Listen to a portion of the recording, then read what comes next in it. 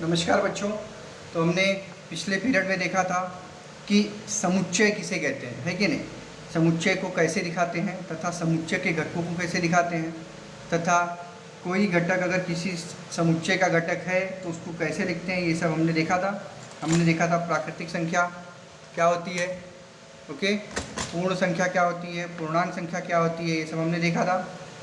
अब समुच्चय लिखने की पद्धति के बारे में देखेंगे। तो समुच्चय लिखने की दो पद्धतियाँ हैं। एक पद्धति है सूची पद्धति, जिसमें हम कॉमा कॉमा करके लिखते हैं। दूसरी पद्धति है गुणवर्णन पद्धति, जिसमें हम लोग इस तरीके से दर्शाते हैं। समझ में आया? तो ये दोनों पद्धतियों का उपयोग हम लोग समुच्चय लिखने में करते हैं। क्लियर? तो सूची पद्धति जो है वो बहुत अधिक ईजी है। गुणवर्णन पद्धति थोड़ी सी हार्ड है, लेकिन आप उसको समझेंगे तो उसमें कोई दिक्कत नहीं है, वो आपको समझ में आ जाएगा। देखते हैं, चलो स्टार्ट करते हैं फिर एक्सरसाइज 1.1। देखिए अब क्या दिया गया है, देखते हैं। प्रसंग्रह 1.1 में सम पूर्णांक संख्याओं का समुच्चय, ओके, सम पूर्णांक संख्याएं। अब सम किसे कहते हैं? जो संख्याएं 2 से विभाजित होती हैं उसे सम कहते हैं। और पूर्णांक मतलब पूर्णांक मतलब ऋण 1, ऋण 2, ऋण 3, 1, 2, 3 ऐसी संख्याओं को हम लोग क्या कहते हैं? पूर्णांक संख्या कहते हैं। तो उसमें क्या दिया है? सम पूर्णांक संख्याओं का समुच्चय। समझ में आया?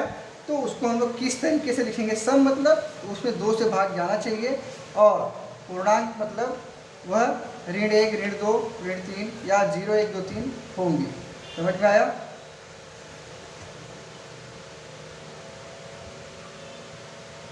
तो देखिए यहाँ पर क्या दिया गया है।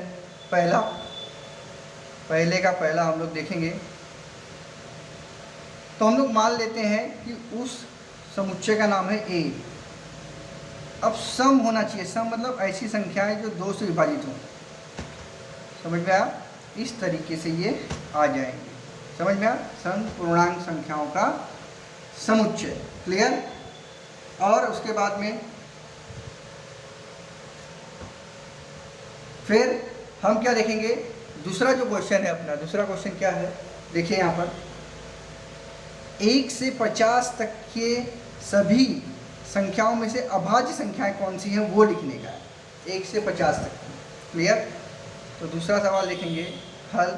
हम लोग मान लेंगे कि वो समुच्चय का नाम क्या है? बी है। अब 1 से 50 तक की सभी अभाज्य संख्याएं, अभाज्य, तो एक न तो भाज्य है और ना ही अभाज्य है, तो उसको हम लोग नहीं लिखेंगे। तो हम लोग क्या लिखेंगे? 2, 3, 5, 7, 11, 13, 17, फिर 23, फिर उसके बाद में 29, फिर उसके बाद में लिखेंगे आगे अभाज्य संख्या, मतलब जो कि किसी से न कटती है। समझ में आया?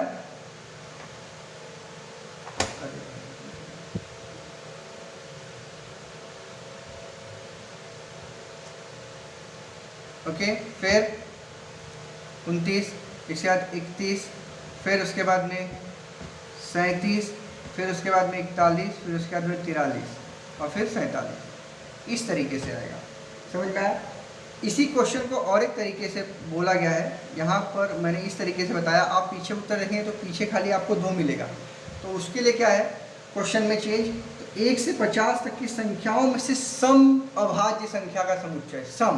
सम मतलब वो 2 से भाग जाना चाहिए और वो अभाज्य भी होनी चाहिए। तो उस केस में आपका आंसर क्या आ जाएगा? केवल ये आ जाएगा। जब आपको क्या पूछा जाएगा? सम अभाज्य संख्या। क्लियर? सम अभाज्य संख्या 1 से 50 तक के, 1 से 50 तक की सम अभाज्य संख्या पूछेगा, तब आपका ये आंसर आएगा।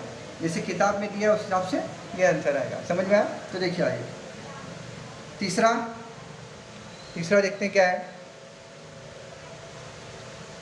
सभी ऋण पूर्णांक संख्याओं का समुच्चय। ऋण मतलब ऋणात्मक संख्या। तो ऋण 1, ऋण 2, ऋण 3, ऋण 4, ऋण 5 ऐसे ही बढ़ती चले जाएंगी, क्योंकि इनका कहीं अंत नहीं होगा। तो उसको हम लोग को समुच्चय में दिखाना था, सूची पद्धति में दिखाना था। देखिए हम लोग कॉमा कॉमा करके दिखाए हैं हर एक जगह, है कि नहीं? तो इस हिसाब से हमने सूची पद्धति में लिखा दिया। फिर चौथा क्या दिया गया है, इसको भी सूची पद्धति में लिखाना है।